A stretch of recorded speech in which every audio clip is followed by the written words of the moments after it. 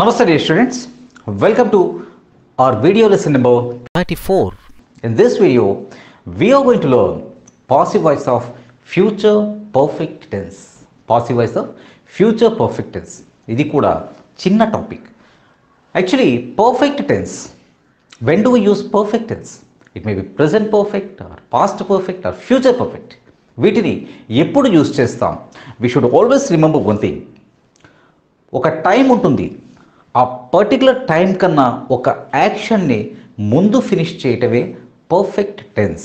అంటే ప్రజెంట్ ఇప్పటి వరకు ఇంతవరకు జరిగిన యాక్షన్స్ ప్రజెంట్ పర్ఫెక్ట్ అయితే, పాస్ట్లో ఒక పర్టికులర్ టైంలో ఆ టైం కన్నా ముందు ఒక యాక్షన్ జరగటం past perfect tense. For example, నేను ఒక నవల్ చదువుతున్నాను. I was reading a novel. I had completed the novel by 7 p.m. Please observe one thing here. By 7 p.m. I had completed the novel. ఆ నవల్ని నేను 7 గంటల లోపే finish చేసేసాను. Okay, I had completed the novel at 7 p.m. అని అనకూడదు.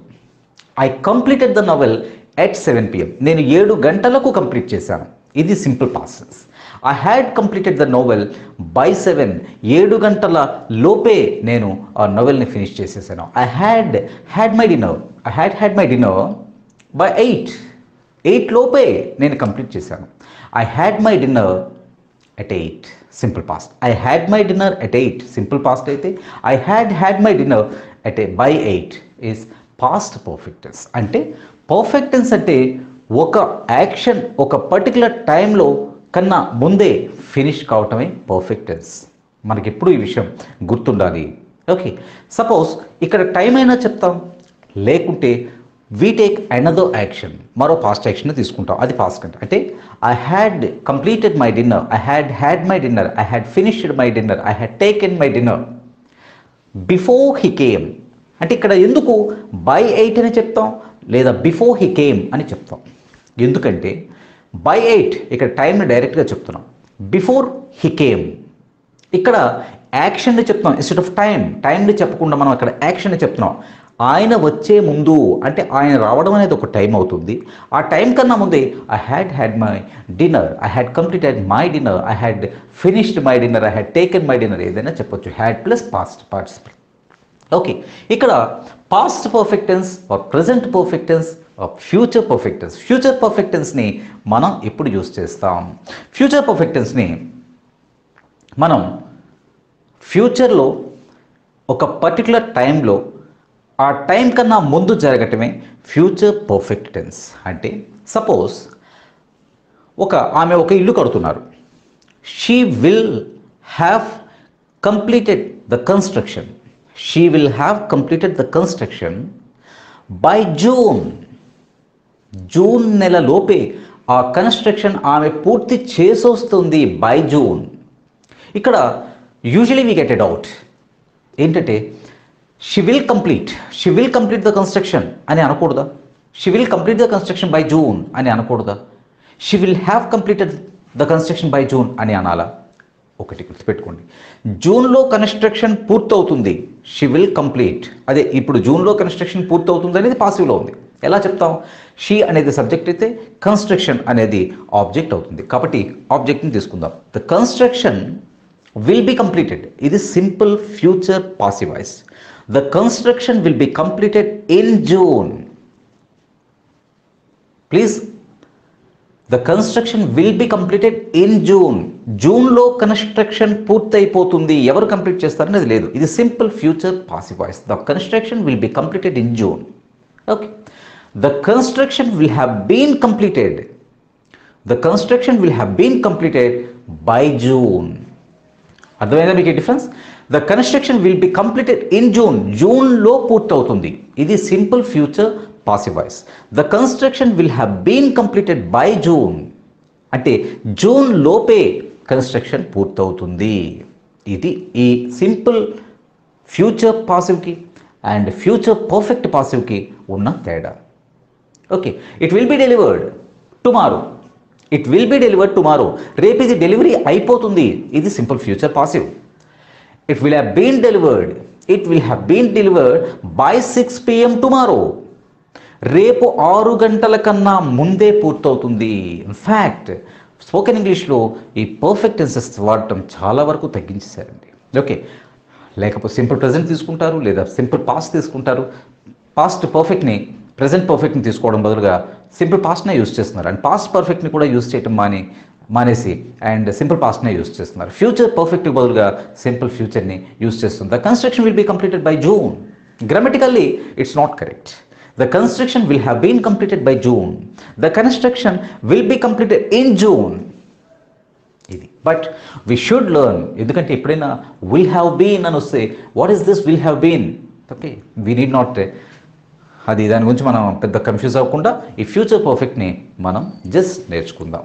యాక్టివ్లో I will have subject plus will plus have plus past participle వస్తుంది. Active వాయిస్లో subject plus will have plus past participle వస్తుంది. అంటే she will have completed this construction by June, not in June. She will have completed this construction by June. ఇక్కడ subject ఎవరు? She. ఆమె complete చేస్తుంది. దేనిని complete చేస్తుంది? This is object, the construction.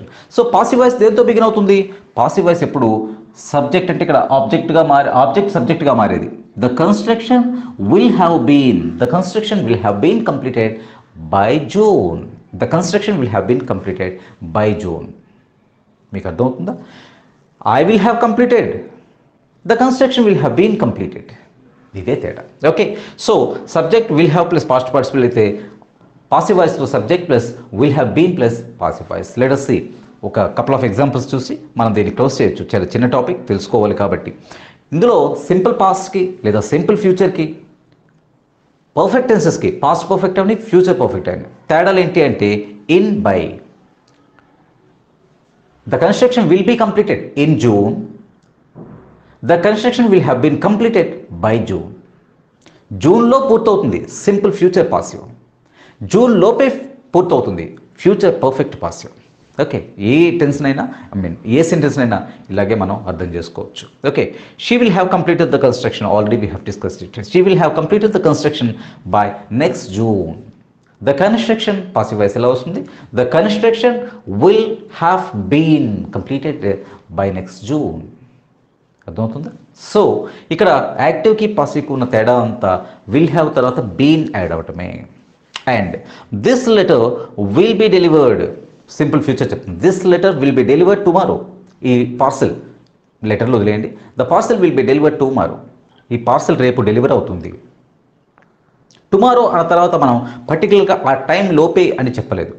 అలా చెప్తే ఫ్యూచర్ పర్ఫెక్ట్నే తీసుకుంటాం. అంటే the parcel will have been delivered, the parcel will have been delivered by 12 noon tomorrow. రేపు 12 గంటల మధ్యాహ్నం 12 లోపే డెలివర్ అయిపోతుంది. అండ్ ద పెయింటింగ్, ఏదో ఒక హౌస్కి ఏదో పెయింటింగ్ చేస్తున్నాం. The painting will have been finished by 9th this month. ఈ నెల 9వ తారీఖు కల్లా పెయింటింగ్ పూర్తయిపోతుంది. The painting will be completed. చూడండి, the painting will be finished on 9th చెప్పుకోవచ్చు. అంటే ఆ పెయింటింగ్ 9వ తారీఖుకి పూర్తవుతుంది. అలా కాకుండా 9 లోపే పూర్తి అయిపోతుందండి. It may be 7th or it may be 8th, it may be 6th. Okay, అప్పుడు మనం ఎలా చెప్తాం అంటే the painting will have been finished by 9th of this month. Okay, అలాగే the issue will be settled, the issue will be settled this month. ఈ నెలలో ఆ issue settle అయిపోతుంది. ఇది simple future passive voice. The issue will have been settled by the end of this month. The issue will have been settled by the end of this month. చూడండి, the issue will be settled, future simple future passive. The issue will have been settled, future perfect passive. ఈ రెండింటికి ఉన్న తేడా ఏంటి? The issue will be settled this month. ఈ నెలలో issue settle అవుతుంది. పర్టికులర్గా ఒక టైం కన్నా ముందు అని చెప్పలేదు, ఈ నెలలో అవుతుంది. The issue will have been settled by the end of this month. The issue will have been settled by the end of this month. ఒక ఎండ్, ఈ నెల ఎండ్ అంటే 30th or 31st కన్నా ముందే ఈ ఇష్యూ సెటిల్ అవుతుంది. By the end, at the end. అర్థమవుతుంది. By the end అంటే ఒక పర్టికులర్ టైం కన్నా ముందు, ఎట్ అంటే ఆ పర్టికులర్ టైం, ఆన్ అంటే ఆ పర్టికులర్ డేట్. ఇది గుర్తుపెట్టుకుంటే ద వర్క్ విల్ బీ కంప్లీటెడా, the work will have been కంప్లీటెడా, ద పెయింటింగ్ విల్ బీ ఫినిష్డా, the painting will have been ఫినిష్డా, ద ఇష్యూ విల్ బీ సెటిల్డా, the issue will have been సెటిల్డా అనేది మనకి అర్థమవుతుంది. ఓకే, చిన్న టాపిక్ ఎక్సర్సైజెస్ ఇస్తాను, ఎక్సర్సైజెస్ చేయండి. ఓకే, చూడండి, ప్రజెంట్ పర్ఫెక్ట్ బదులుగా సింపుల్ పాస్ట్నే యూజ్ చేస్తున్నారు. పాస్ట్ పర్ఫెక్ట్ బదులుగా కూడా స్పోకెన్ ఇంగ్లీష్లో సింపుల్ పాస్ట్నే యూజ్ చేస్తున్నారు. సింపుల్ పాస్ట్కి సింపుల్ పాస్ట్నే యూజ్ చేస్తున్నారు. At the same time future perfect uses కూడా బాగా తగ్గింది, కానీ చెప్పుకోవాలి కాబట్టి చెప్పుకుంటున్నాం. అండ్ ఫ్యూచర్ పర్ఫెక్ట్కి బదులుగా సింపుల్ ఫ్యూచర్నే యూజ్ చేస్తున్నారు అండ్ ఫ్యూచర్ కంటిన్యూస్ని కూడా యూజ్ చేస్తున్నారు. రెగ్యులర్గా అంటే మన కాన్వర్జేషన్స్లోకి వెళ్ళేసరికి ఆ ప్రాక్టీస్లో మనకి విషయం అర్థమవుతుంది. Okay, thank you very much my dear students. ఈ వీడియో మీకు నచ్చితే లైక్ చేయండి, షేర్ చేయండి మరియు వీడియో దిగువ సబ్స్క్రైబ్ బటన్పై క్లిక్ చేసి సబ్స్క్రైబ్ చేయండి. మరిన్ని వీడియోలు పొందండి.